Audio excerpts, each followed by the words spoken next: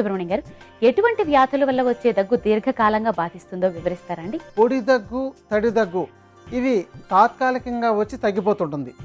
అయితే కొంతమందికి ఈ దగ్గు తగ్గకుండా ఎక్కువ కాలం పాటు కొనసాగుతుంది. ఎక్కువ కాలం పాటు కొనసాగుతున్నా మనం ఏ చికిత్స చేయకుండా దానంతటా అదే తగ్గిపోతుందిలే అని మనం నిర్లక్ష్యం చేసినట్లయితే అది అలాగే ఉండిపోతూ జీర్ణకాశగా మారుతుంది. ఇలాంటి జీర్ణకాశ వచ్చినట్లయితే తప్పనిసరిగా ఔషధం వాడకపోతే అది ఎంతకాలమైనా ఉంటుంది. తాత్కాలికంగా వచ్చినప్పుడు కానీ, లేదంటే వాతావరణ మార్పుల వల్ల, ఆహారంలోని తేడాల వల్ల, నీటి యొక్క తేడాల వల్ల ఏదైనా దగ్గు గనక తయారైనట్లయితే 1-2 రోజులు చూసి అప్పటికి కూడా తగ్గకపోతే మనం ఇంట్లోనే కొన్ని రకాల మూలికలతో ఔషధం తయారు చేసుకుని ఉపయోగించుకోవచ్చు.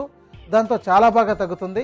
ఇక మధుమేహ వ్యాధిగ్రస్తులకు ఎక్కువ కాలం పాటు దగ్గున్నట్లయితే తప్పనిసరిగా వైద్యుల పర్యవేక్షణలో చికిత్స తీసుకోవాల్సిందే. ఇక క్షయవ్యాధి సమస్య ఉన్నవాళ్ళు, ఈ యొక్క క్షయ అనేది మన శరీరంలో ఒక్కొక్క భాగాన్ని క్షీణింప చేస్తుంటుంది కనుక దీన్ని క్షయ అన్నారు. ఇక్కడ ఊపిరితిత్తుల వల్ల కావచ్చు, లేకపోతే ఇతర అవయవాల వల్ల కావచ్చు క్షయ వచ్చే అవకాశాలు ఉంటాయి. ఇలాంటి సమస్య ఉన్నప్పుడు దగ్గు కూడా ఉన్నట్లయితే దీనికి కూడా తప్పనిసరిగా చికిత్స తీసుకోవాలి. దగ్గు నివారణకు ఉపకరించే ఆయుర్వేద ఔషధాన్ని ఏ విధంగా తయారు చేసుకోవాలో వివరిస్తారండి?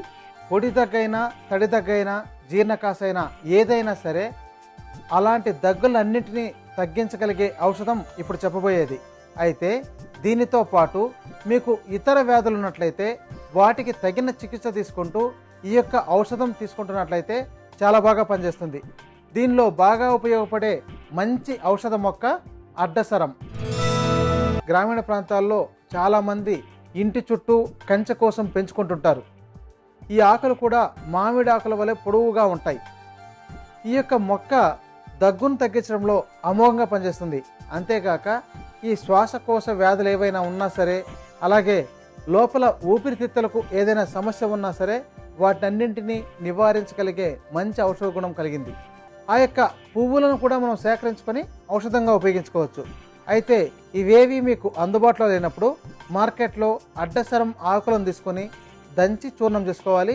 వీలైతే ఆకులను కొద్దిగా వేపుడు చేసి తర్వాత చూర్ణం చేసుకోవాలి. అలాంటి చూర్ణం 25 గ్రాముల మోతాదులో తీసుకోవాలి. ఇప్పుడు ఔషధం తయారు చేయడానికి తగినంత మోతాదులో కలుపుతున్నాం. దీని తర్వాత మనకు అందుబాటులో ఉండే మంచి ఔషధం పసుపు. సాధారణంగా అయితే మనకు పసుపు కొమ్ములు ఉడికించి ఎండబెట్టిండవి దొరుకుతాయి. వీటిని ఉపయోగించుకున్నా పర్లేదు. లేకపోతే పసుపు కొమ్ములను మీరు తీసుకొని చిన్న చిన్న ముక్కలుగా పగలగొట్టి తర్వాత కొద్దిగా వేయించి తర్వాత చూర్ణం చేసుకోవాలి. అలా తయారు చేసుకున్న చూర్ణం 25 గ్రాముల మోతాదులో తీసుకోవాలి. ఇప్పుడు ఔషధం తయారు చేయడానికి తగినంత మోతాదులో కలుపుతున్నాం. దీని తర్వాత మనకు అందుబాటులో ఉండే మంచి ఔషధం తులసి. తులసి సాధారణమైన దగ్గు వచ్చినప్పుడు దీన్ని బెల్లంతో కానీ లేదా తేనెతో కానీ కలిపి తీసుకున్నట్లయితే వెంటనే తగ్గుతుంది. అయితే తీవ్రమైన పరిస్థితుల్లో తులసి దగ్గును తగ్గించదు. అందుకని ఇతర మూలికలతో కలిపి మాత్రమే ఉపయోగించుకోవాల్సిన అవసరం ఉంటుంది. ఇక్కడ కూడా తులసిని మీరు ఎండబెట్టిన దాన్ని బాగా ఎండిన తర్వాత కొద్దిగా పెనం మీద వేసి వేపుడు చేసి తర్వాత చూర్ణం చేసుకోండి.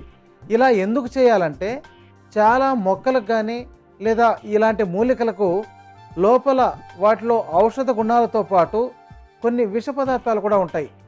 వాటిని మనం శుద్ధి చేసుకోవాలి.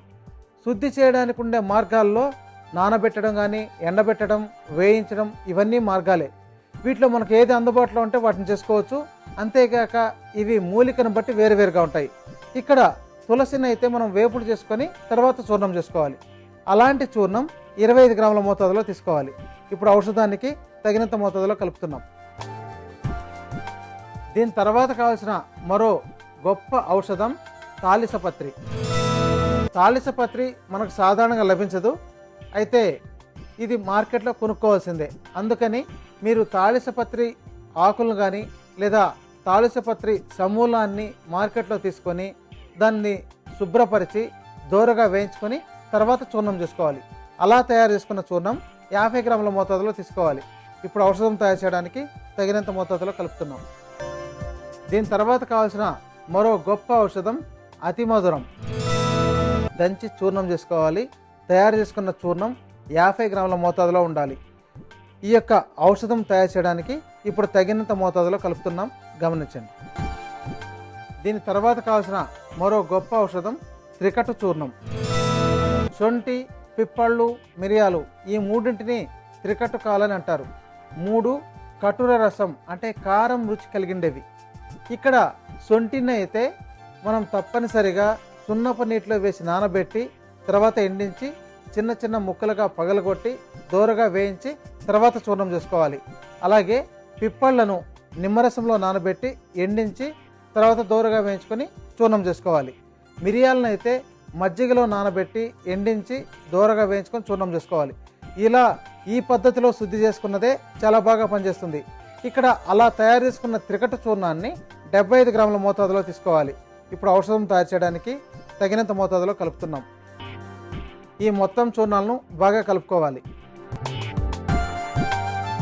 చూడండి, ఈ విధంగా కలుపుకున్న తర్వాత ఒక గాజు సీసాలో దాచుకొని ఉపయోగించేటప్పుడు రోజు 1 స్పూన్ చూర్ణాన్ని 1 గ్లాసు నీటిలో వేసి మరిగించి అర గ్లాస్ అయిన తర్వాత వడపోసుకొని దానిలోకి చక్కెర కానీ పటిక బెల్లం కానీ కలుపుకొని తాగాలి. ఇలా ఉదయం సాయంత్రం చేస్తున్నట్లయితే 4-5 రోజుల్లోనే దగ్గు తగ్గిపోతుంది. మధుమేహం వ్యాధి ఉండే వాళ్ళైతే ఈ యొక్క ఔషధానికి చక్కెర కలపకుండా అలాగే కషాయంగా తీసుకోవాలి. ఇలా కషాయంగా తీసుకునేది కష్టంగా అనిపిస్తే ఇదే చూర్ణానికి తగినంత తేనె కలిపి కూడా తీసుకోవచ్చు.